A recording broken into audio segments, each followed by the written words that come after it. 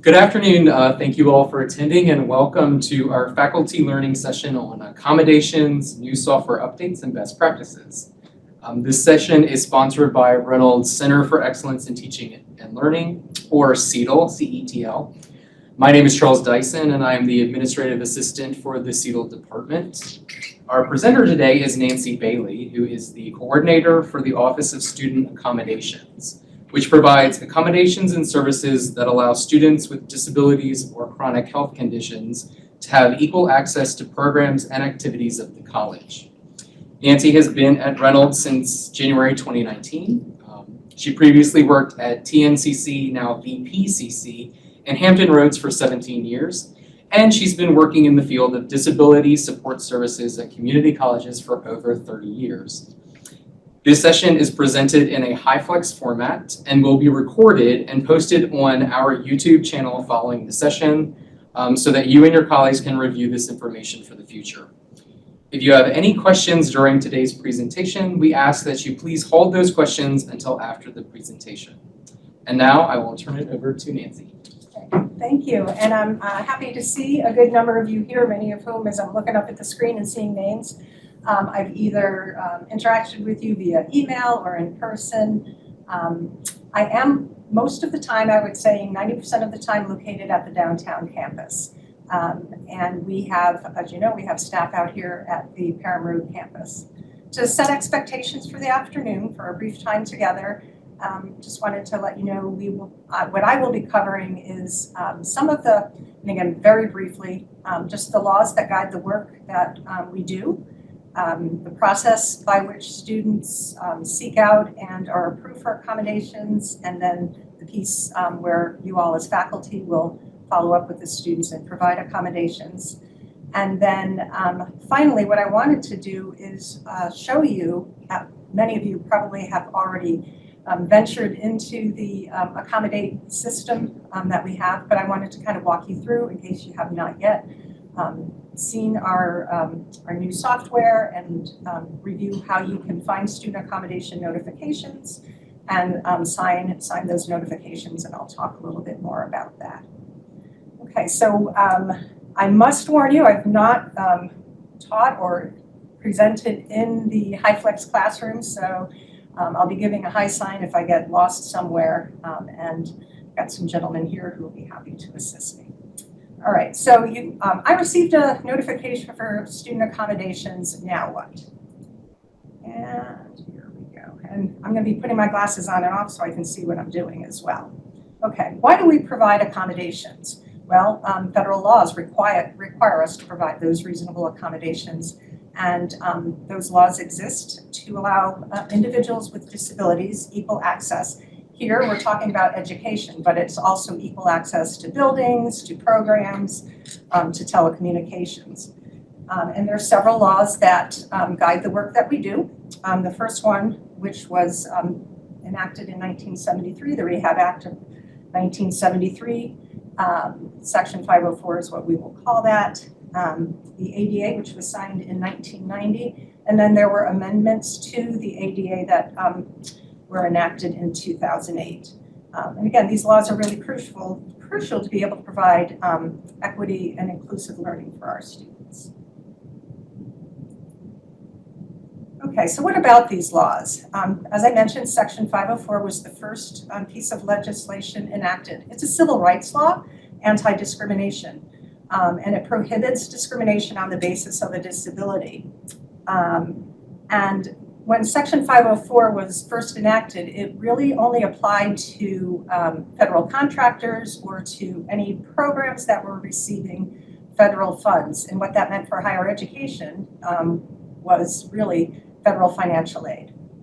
So those requirements include providing reasonable accommodation, program accessibility, effective communication for people who have hearing impairments or vision disabilities.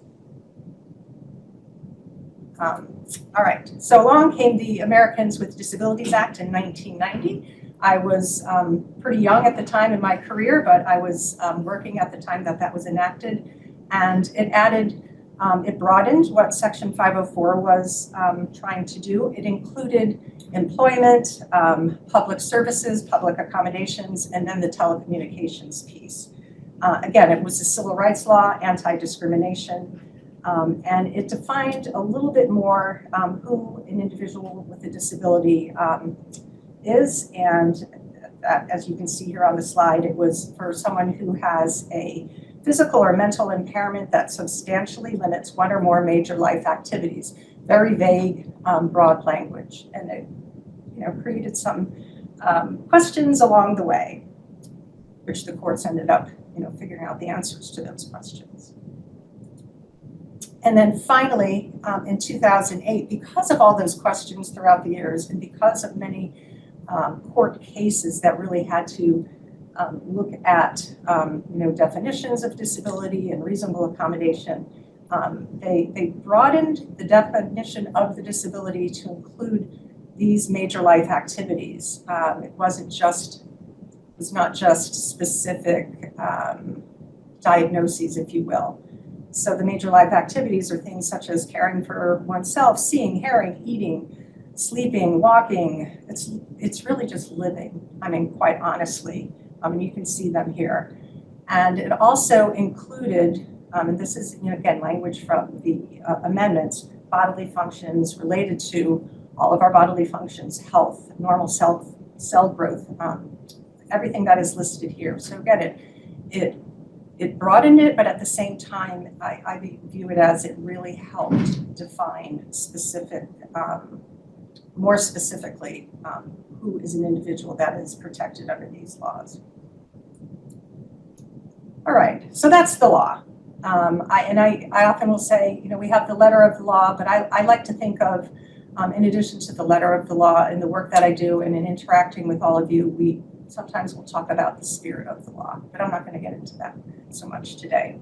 So who does OSA, the Office of Student Accommodations, who are we working with? Currently, we have over 300 students that are registered and approved for accommodations. I didn't run the numbers this week, and I think at the time that I put this together a couple weeks ago, we were at about 310 students that we have on our records. All of those students are not at one time seeking specific accommodations, but they are approved for them. And the other thing that I wanted to talk about, and I will go into more detail as I move through my presentation, is how accommodations are determined. It is an interactive process between myself and the student, or LaWanda Jones, who is the assistant coordinator here at Parham Road. And sometimes we have to include faculty in that process to help determine reasonable accommodation. And I know I've spoken with many of you in my time here. These accommodations are based on the student's needs. We receive documentation, medical documentation, psychological documentation, school records. We review that information to help us determine what is reasonable and what is not going to be a fundamental alteration of the class or specific academic program. Two students can have the same disability, but they may need very different accommodations.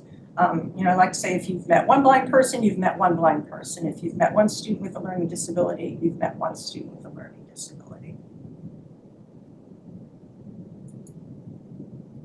Okay, so who are your students and how will you know? First of all, they might tell you first.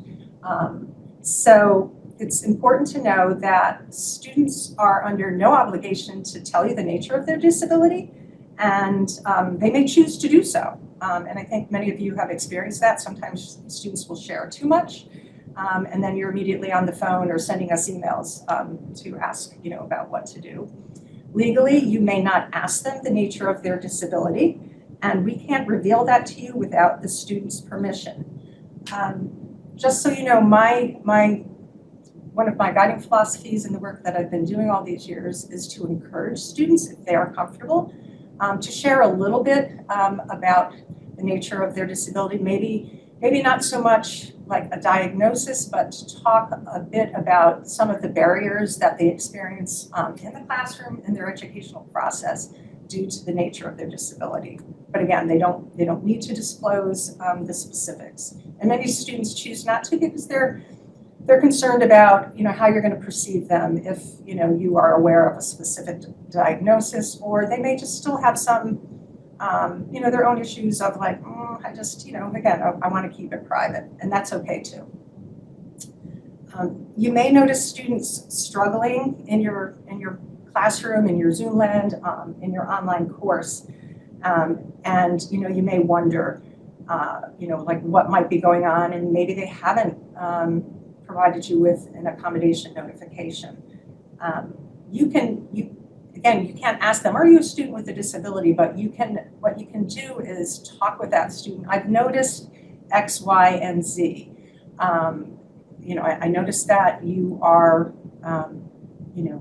late, always asking, for, assignment extensions or whatever it is that you see. And you can approach it kind of in an oblique manner by saying, the college has many support services for students who might be struggling. I'm sure you already do that. And one of which you can front load us if you think it might be a student with a disability and say, we have the Office of Student Accommodations, and so on and so forth. 25%, again, going back to who are your students, 25% of all college students nationwide identify as having a disability or a chronic health condition. What's a little bit concerning is that out of that group of students, 63% of those students do not seek accommodations. So again, going back to who are your students and how will you know, you may not know specifically from accommodation notifications from us, but you may be seeing things, observing things with students in your classroom. I will be sharing the PowerPoint with you, or it will be shared through CETL. And I just wanted to point out that if you are interested in looking at statistics and data, some of these are hyperlinks where you can find the original source for some of that content. As you know, there are so many types of disabilities. Students that we are working with have permanent disabilities, temporary disabilities. Yes, we assist those students. It could be lifelong, something they were born with or acquired early on, as a child, or perhaps acquired most recently, prior to coming to school or while they are a student. They can be emerging disabilities. As you probably are aware, many students are diagnosed with mental health disorders at the time that they are coming to college as young adults.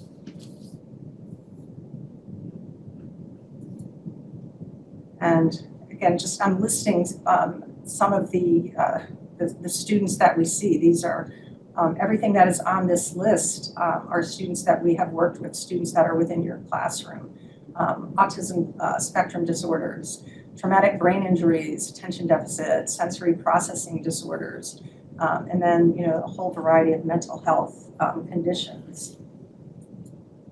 And there's even more, but wait, there's more. A whole variety of learning disabilities, dyslexia, dyscalculia, dysgraphia, dyspraxia, and other kinds of cognitive impairments affecting students' ability to process information or to be able to explain, what it is that they have in their heads. A whole variety of physical disabilities, chronic health conditions, and this is actually, a fairly large group of students, I think, that go unreported, that don't seek out help because many students don't view themselves, if they have a health condition, as being a person with a disability. But yet these chronic health conditions are going to truly impact a student's ability sometimes to attend on a regular basis. They may have flares. So again, there's a whole slew of conditions. In cancer, you can have students with cancer sitting in your classroom and going through treatment, and they may or may not be telling you. Okay, I'm going to take a sip of water.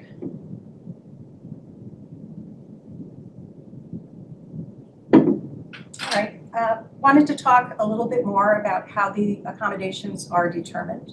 As I mentioned earlier, It is an interactive process.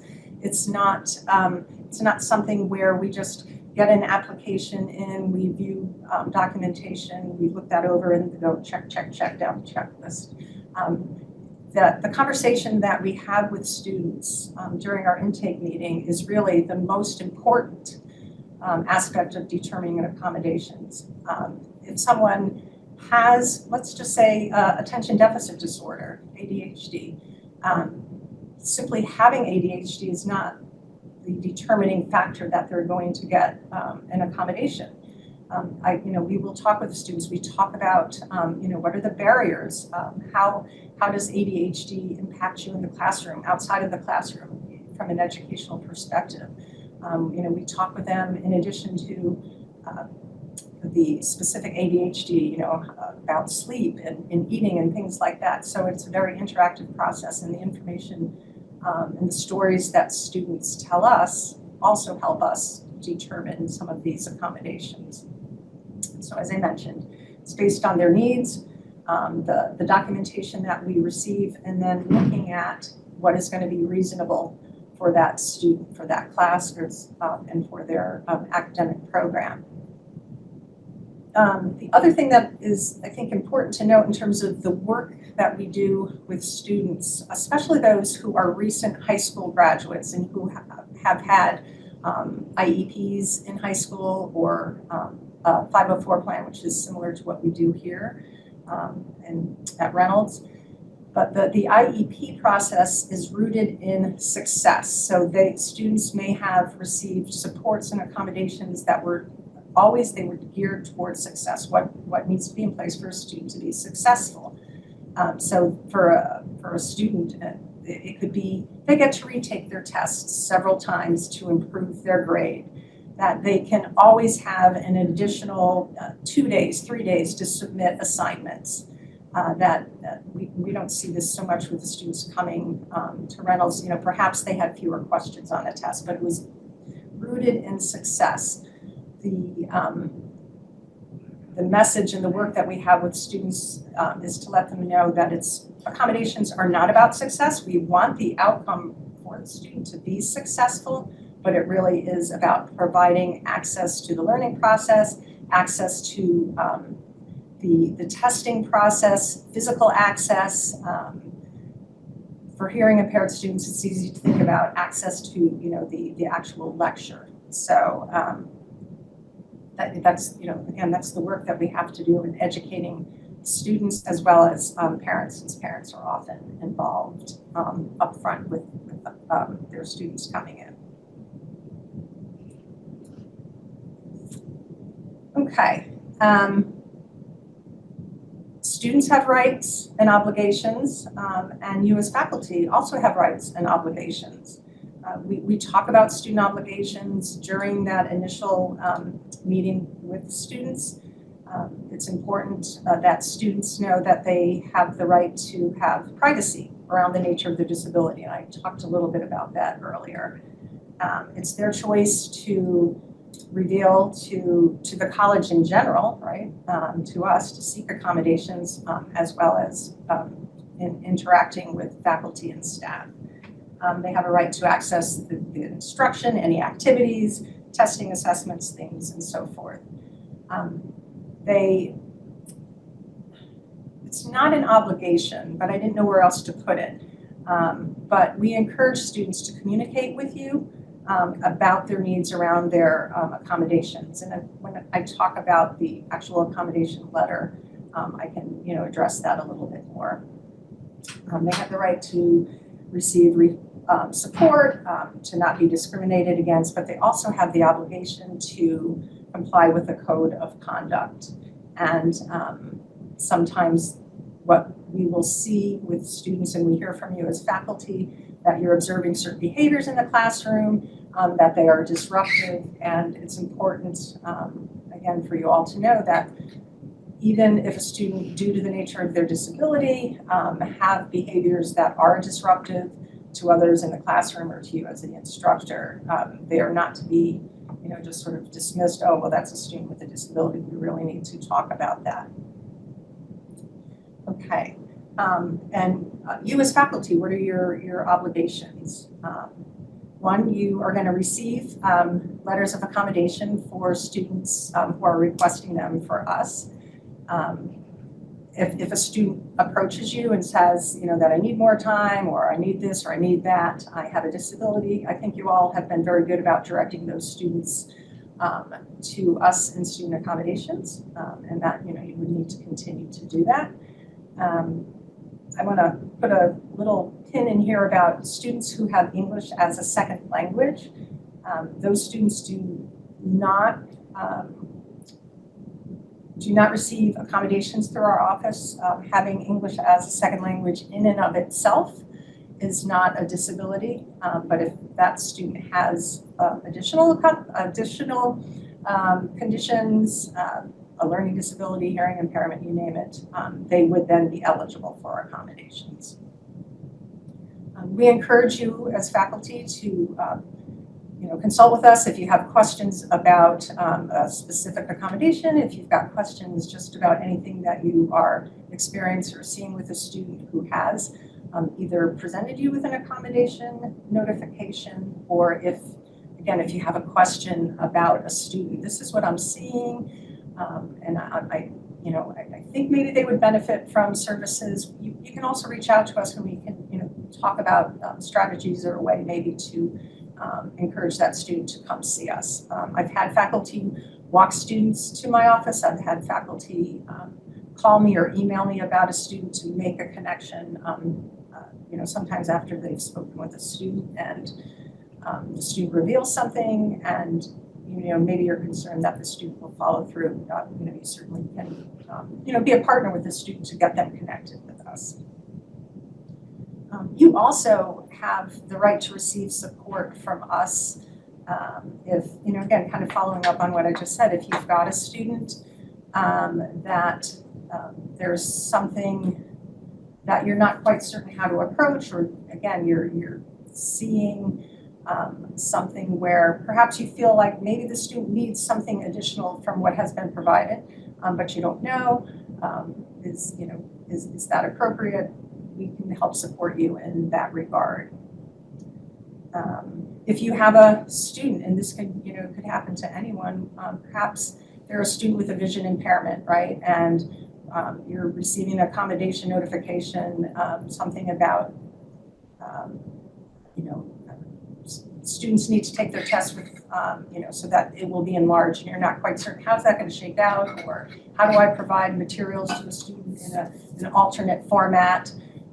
Please reach out to us and we will help you with that. And again, you've got an obligation, as all faculty and staff do at the college, to report any, one, to try to prevent any discrimination against students with disabilities, but also to report it if you observe something that you felt, I don't know what's going on here, but I think this is, could possibly be something where a student's being discriminated against. And then you also, as faculty, have a right not to be discriminated against.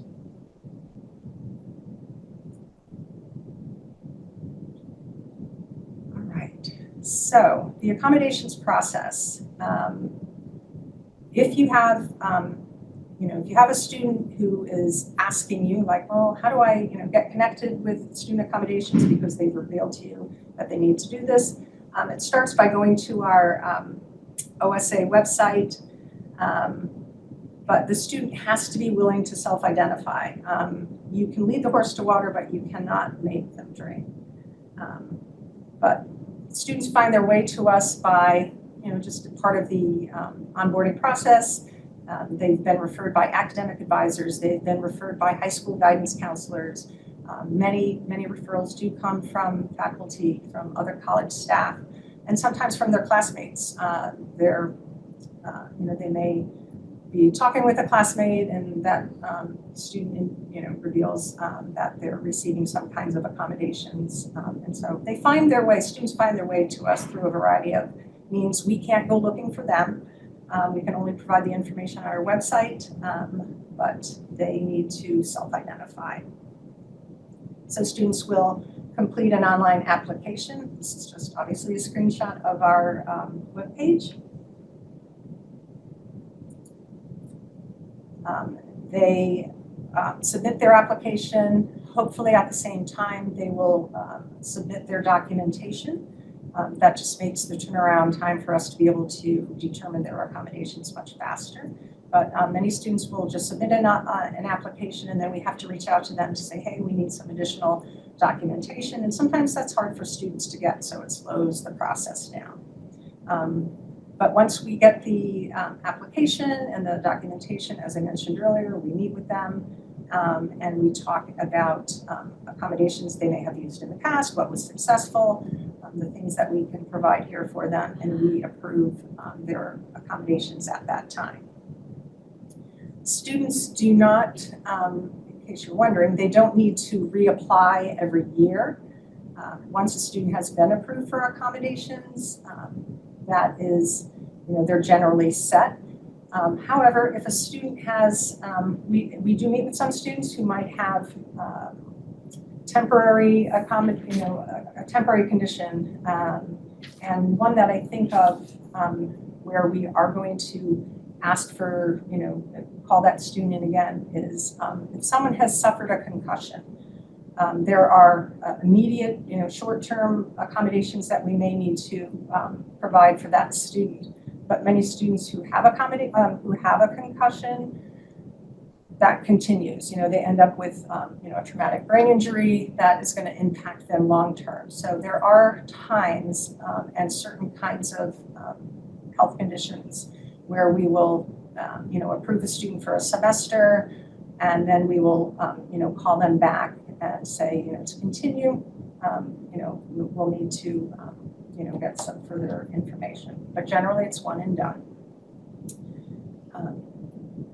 The other piece of this process with accommodations is that we might meet with a student, at whatever time it is, prior to the start of the semester, early on in the semester, and we've approved accommodations. And then a student might come back to us and say, I'm having these challenges, I'm having difficulty, with obtaining notes. I thought I could do this on my own. And we may then update their accommodations, and you'll get another notification. We may increase their testing time. We may ask for the ability to receive PowerPoints and things like that if that's something that you use in class but don't normally make available in Canvas.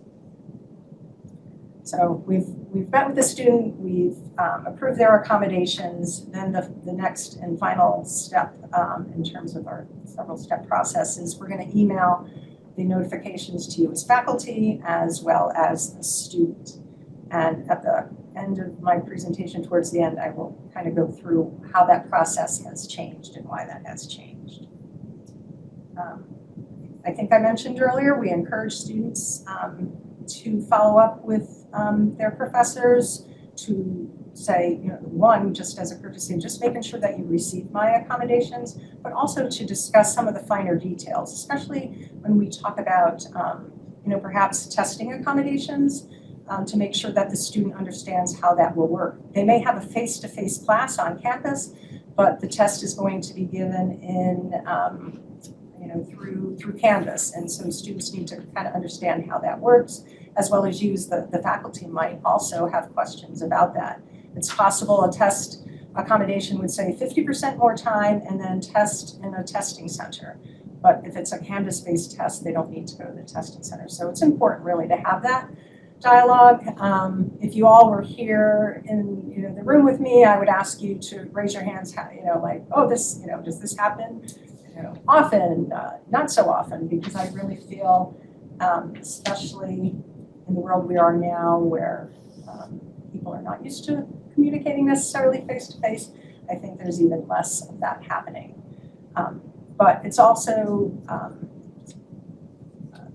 something for you to know that you can reach out to a student to say, what, I've received your accommodations and I've got a couple, I just wanted to review those with you. That, I feel is good practice, but when it's all said and done too, you might have a different philosophy feeling that the student should take initiative.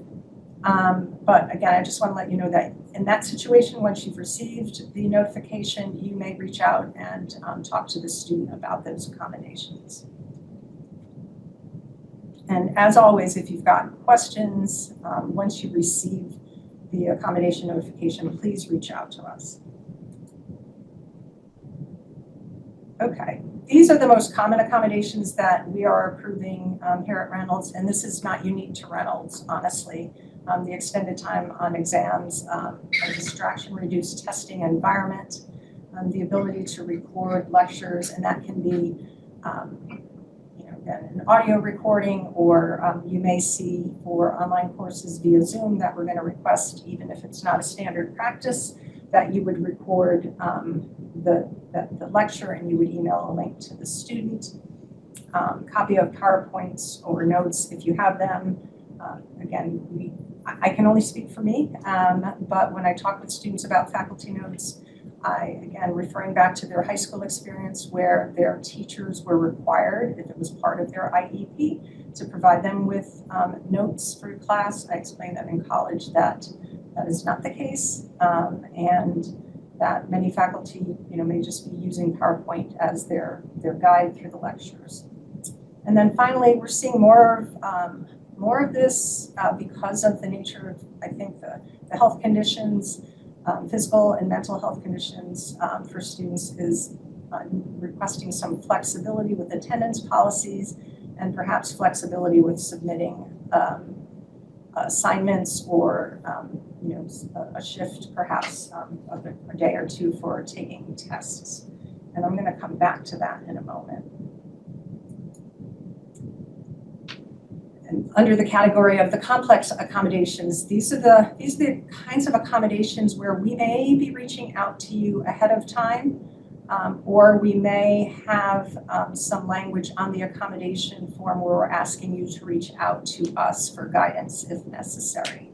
So going back to the flexibility with due dates for assignments, generally, what that is going to mean is for assignments where, for many students, where maybe there's a really short turnaround time. Something is given, on a particular day, whatever day of the week, and 5 days later they needed to submit a written review of whatever they had to do, a reading and do a written review or something. And that student may have significant processing, reading disabilities or difficulties with written work, and so that would be a short-term turnaround where we would be looking at it. But again, more often than not, when I look at the flexibility with due dates for assignments, it has to do with situations where a student has a chronic health condition that can have flares or exacerbations, and they may be planning and they were working on their paper, and it's due in a week, and all of a sudden they've landed in the hospital. They're not going to be able to complete the assignment. So that would be a situation. Same thing with attendance policies. It generally has to do with situations of conditions where students are going to have these flares, and it can, whether it is an anxiety disorder, PTSD, and anything off that really long list of chronic health conditions where it's can impact and the student has no control over it. So when you see those, and if you have questions and concerns and we haven't already reached out to you, please get in touch with us. I caution students with the due dates, and I let them know, I'll say to them, probably most of them have not played Monopoly, but I let them know it's not a get out of jail free card, and that it requires, when possible, advance notice. We can't mandate advance notice, simply because there are times, for many of these students, when they need these accommodations, they have no advance notice. Okay. And going back to attendance, and we'll talk about attendance, that is something that can sometimes rise to too many absences and rising to the fundamental alteration of a course. Because if your class is very strong, discussion-based, and what's happening in the classroom, maybe there are peer reviews and a whole variety of things, that would be, I think, one where please reach out to us, and if we haven't already reached out to you.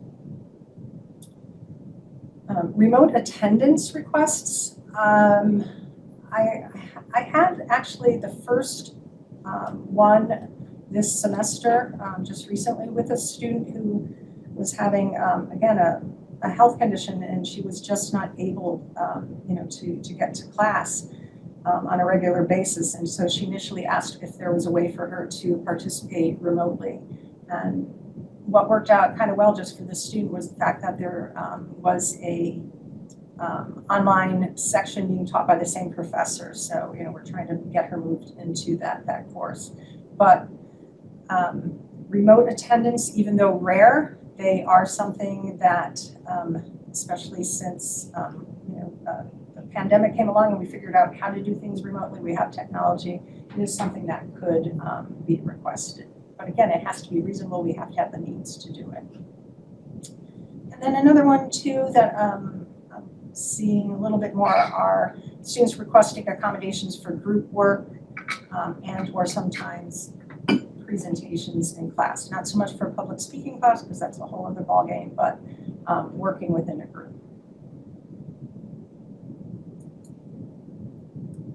All right, going back to your role, this is, I think, again, just good to review. We would hope that there's an opportunity to meet with the student to discuss their accommodations, again, not the disability, but the specific accommodations.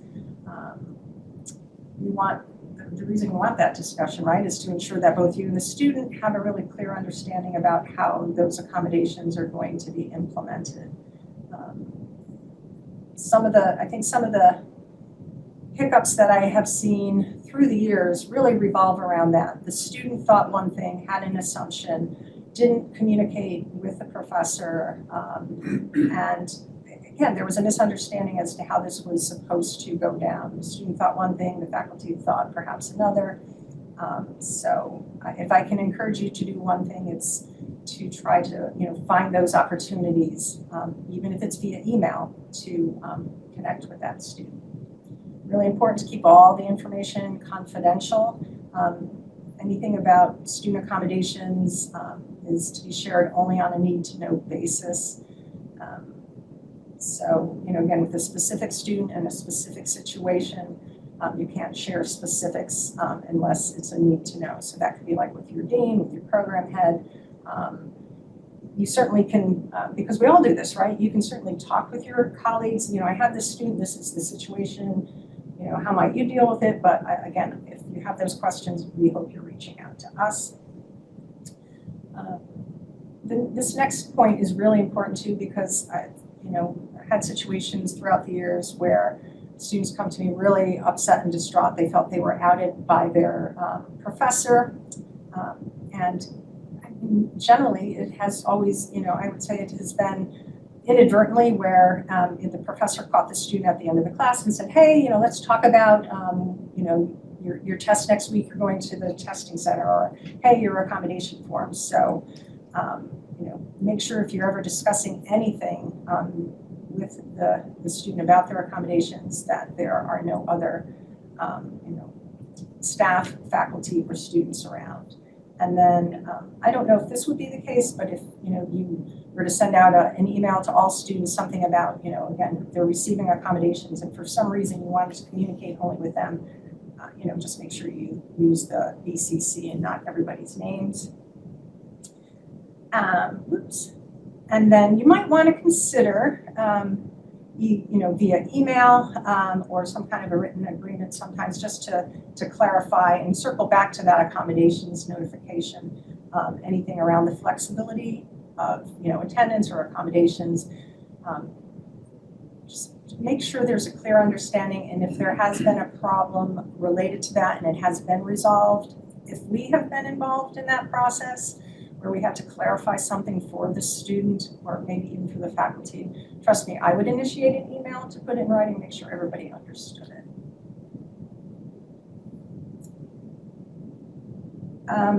Again, as your role, don't provide accommodations unless they've been approved by the Office of Student Accommodations. You've got that notification in place.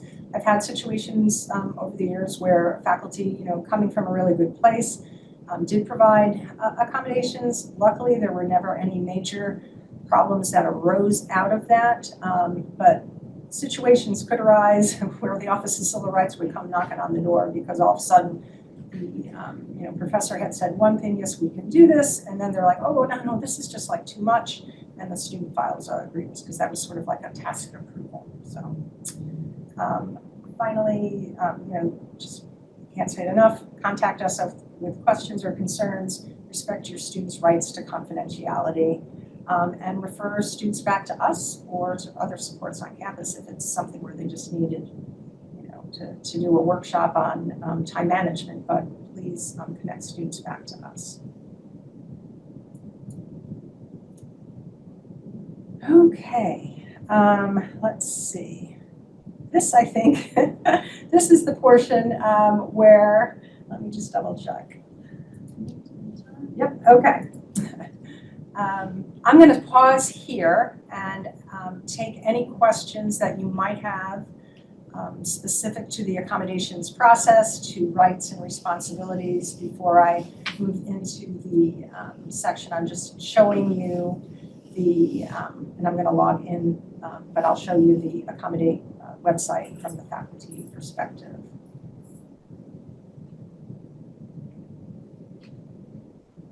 Nancy, we had a question earlier from Tim asking if the office has the capacity for outreach to support those who don't seek out the office, or is it more aspirational than practical? Good question. So, yeah, we certainly can and try to do outreach, and in the world of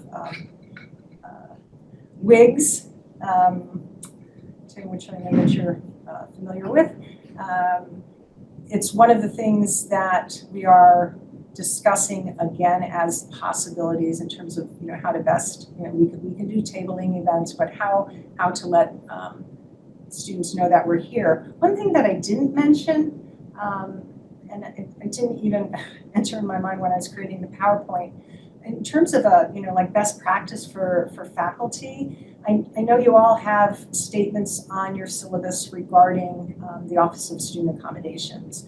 And what I don't know, though, is how many of you have the time or have thought about making sure that if you are highlighting your syllabus to discuss that. Just, again, if you're highlighting certain things, please highlight us and mention, if you're a student with a disability. Yeah, it's on there, but, many syllabi are super long, and I'm not certain where we fall in there. Put an announcement in your in your Canvas website. Yeah, I think those are, ways that you can help support us is, yes, it's in there, it's written in there, but if you can highlight that, it's students will listen, I think, sometimes to things like that, maybe not, but. Great question. Another question from Joanna, heads up, detailed question. From a library perspective, we sometimes call students who are not responding to library emails, and occasionally we'll get a parent on the phone. If a parent says the student has an accommodation and the parent can hear about the student's library records, which are protected by FERPA, what is the best response? Can you repeat that again? Yes. Sometimes as a librarian, we call students who are not responding to library emails, and occasionally we'll get a parent on the phone. If that parent says the student has an accommodation and the parent can hear about the student's library records, which are protected by FERPA, what is the best response? And Joanna, if you want to unmute and I'd like to add a little more context. Oh, this actually did happen recently. We were calling about a laptop hold that was expiring. Like, student, do you want to pick this up?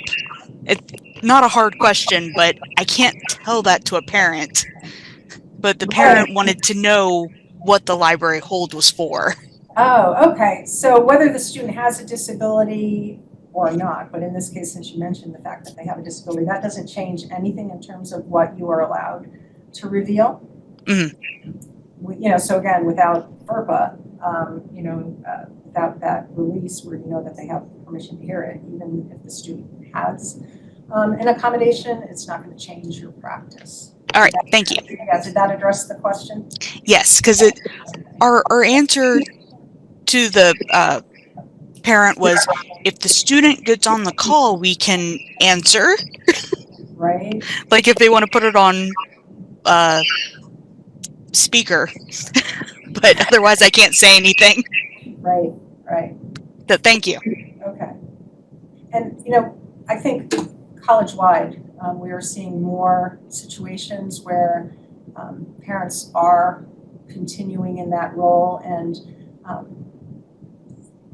I feel like, again, I've been doing this work for so many years that I saw it much sooner than the general college environment. Community saw parents taking an active role, but more so now for a whole variety of reasons. And what I can say is that some of those parents, and you may have seen this yourself with students in your classroom, but some of these parents are parents of autistic kids, and those students may struggle with initiation of conversations and communication, and the parents have had that role for so long. We try to work with parents when they are with us in our offices, and we may see that initially at the intakes that we have where parents are trying to, truly they are taking over the conversation, and we try to work with that from the beginning. So please know we're trying to address it as best as we can as well.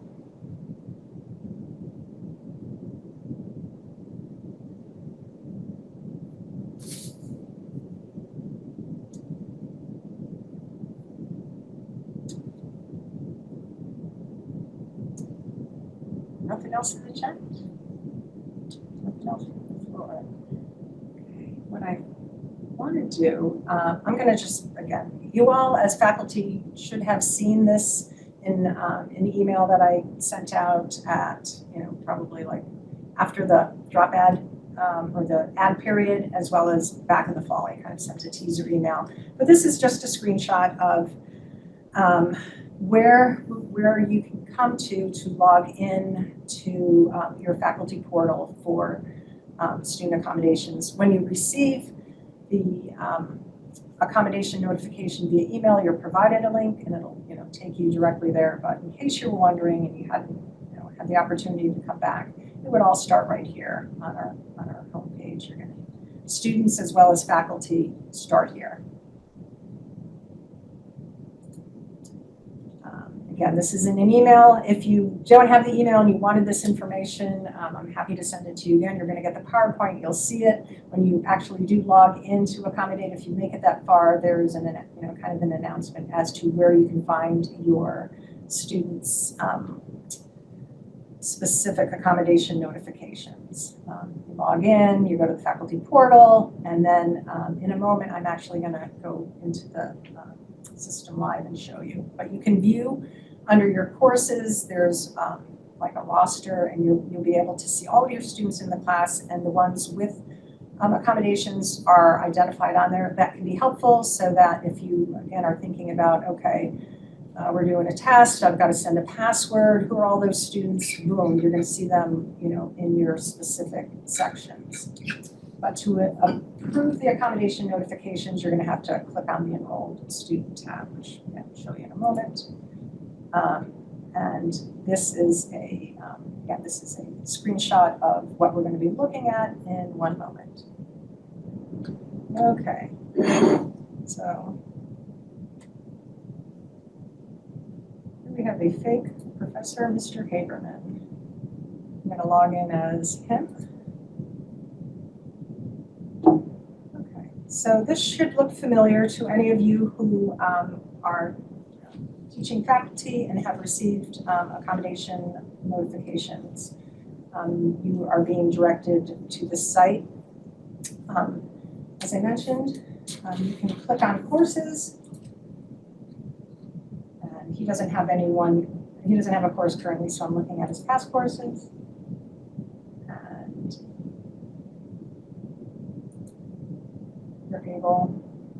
he's able to view, okay, there are the details. And then These are the students that are in his class, and again, the ones that are identified as having accommodations are listed, and if they don't, it says no accommodations. Pretty straightforward. So as I mentioned, this is beneficial if you're looking to be able to figure out, who are your students in a particular section in order to, again, provide the accommodations in a timely fashion, or any accommodation. But to view the specific accommodation letters, makes sense, you're going to click here. So when you are logging in, and again, you're receiving a notification, we're requesting that you go into Accommodate, that you view the accommodation letter and sign it. It will populate such as this, that it will say that it's requested, it states the student. And here we can see the information about the student, and to sign it, you just type in your name like other online forms where you're quote signing, and there you have it. If you're someone who still likes to work with paper, for whatever reason that works well for you, you can print a copy of that, put it in your filing system, however that works. You might wonder why are we being asked to sign? We can't require that you're signing it. We would want to require it, but we're asking that you sign it. One, it helps us to know that in case there's ever a question from the student side about, Mr. Smith didn't sign my accommodations, we would be able to verify, well, we can see Mr. Smith did. But it just lets us know that you have viewed that accommodation, and it can be helpful information to have. Again, you're not required, but it is helpful. And it also, I view it as just another way, safeguards of protection for yourself, that, if there were ever any question, you'd say, look, I did approve that accommodation, you didn't do your part, and, the whatever. So we encourage you to sign those accommodation notifications. I think I've communicated via email that this is a new system, and we've got some glitches whereby if you have a course that is being taught in a couple different delivery methods, it's a hybrid course, so you meet online and you have an asynchronous portion. Unfortunately, you are getting multiple accommodation notifications. It is something that cannot be fixed midstream. So we are hoping to have it fixed. I think our DOT folks have figured out what they need to do, but it will be fixed for the summer. Fingers crossed moving forward. If you are, and I see this with nursing faculty, you may have several of you who are teaching a course. Unfortunately, right now, as things exist, only one instructor is receiving the notification. So I encourage you, if you are that person, if you haven't done so already, I think we've talked with many of you about it. Going back to that PDF version or letter, that's a good way where you can send it to another faculty member. If that seems too burdensome, please let us know, and we will assist and send out another email. So yeah, there are some problems that were just beyond our control to fix in a timely fashion, so I do apologize for that. And then the other thing that has happened is you may have gotten accommodation notifications for students who are not in your class. It's like, yeah, or that class was canceled, that's another problem. I was talking with a colleague in North Carolina who recently launched Accommodate, and they had the same problem. So that problem perhaps seems to be more inherent to the data management system. We're hoping to get that worked out. But if you get multiple notifications, all you need to do, and you're going to sign it, just sign one. That's all you need.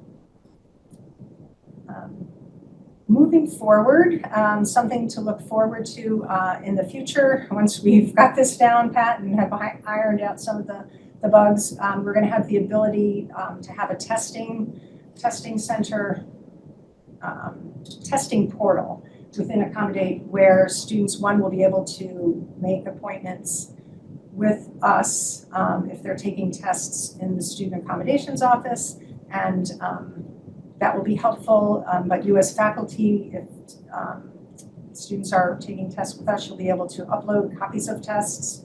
And then we can print them out for students. You'll be able to communicate with us with passwords and things like that. So there will be a testing portal. Honestly, I don't see us using that until we may try a soft launch over the summer, but probably next fall. And then we do have a faculty, we will launch that as well moving forward, a faculty portal where in addition to information that we have on our website, faculty resources, we'll also put them within Accommodate. So there are some other things that hopefully will make our lives easier coming on down the road in the future. But this has been a heavy lift to move in this direction.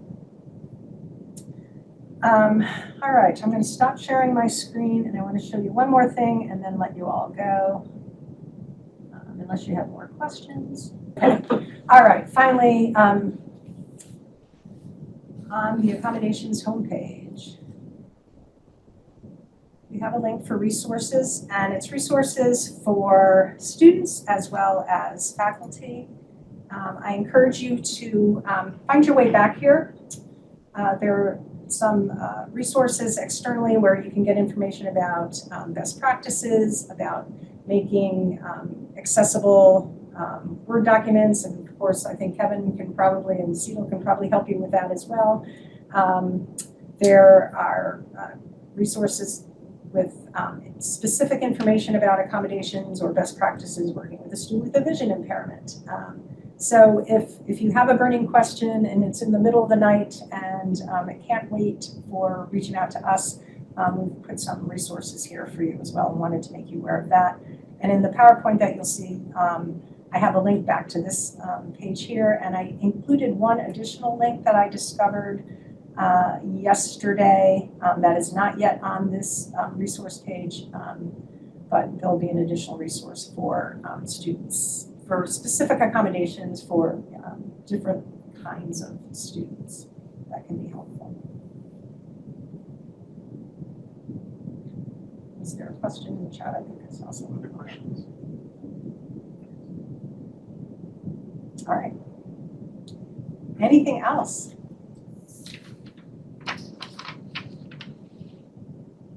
All right, well, thank you for your time, and I hope again, I've communicated that we are here for you. Not only are we here for the students, but we're really here to support you and to support, to mutually support our students. Great, thank you so much, Nancy. Just to let everyone know, you will be getting a survey by email tomorrow. Please do us the favor of completing that survey. We love getting feedback so that we can continue to evolve and grow our programming. And also remember to visit the CETL website moving forward for any upcoming faculty learning opportunities. That website is reynolds.edu/CETL. And again, thank you so much for attending.